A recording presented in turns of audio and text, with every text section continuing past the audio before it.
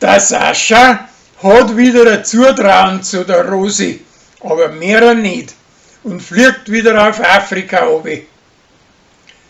Es stellt sich außer, dass das Borndl von Heiligen Lorenz in Wirklichkeit ein Hundsknochen ist und das Kastel, wo er drin flagt, ist gestohlen. Also kriegt der Lorenz seine 30.000 Euro wieder zurück und dazu noch 4.000 Euro Finderlu. Das spendiert er nachher alles an den Pfarrer, dass er für die Kirche eine schöne Himmelmutter kauft. Der Fanny, seine Freundin aus Holland, taucht in Lansing auf und sie heißt ihren Alten, dass er sich um die ein wenig kümmern soll. Und die zwei spernzeln auch recht heiß miteinander, aber in Wirklichkeit ist sie von anderen Ufer. Als Dankeschön für das, dass zur Bürgermeisterin gewählt worden ist, möchte Rosi die Lansinger Osterohr mit ihren Beutel drauf schenken.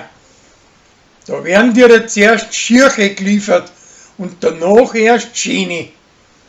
Die Schirchen werden aber von ihren Leuten so angemalt und auftackelt, dass die Leute am Schluss besser gefallen als wie die anderen.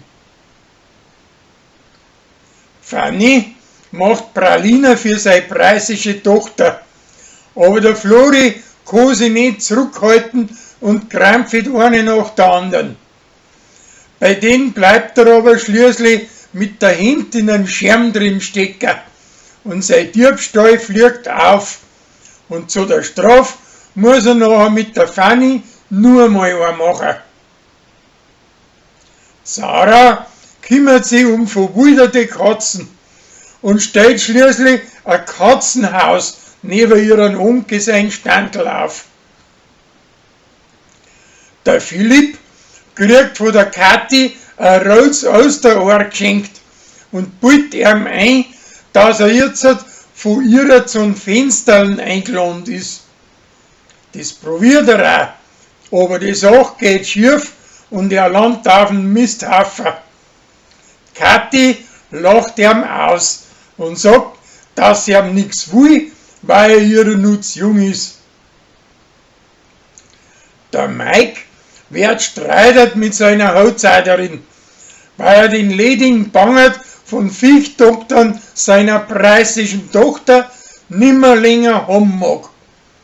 Schließlich möchten der Fanny und ihren Alten unterjubeln.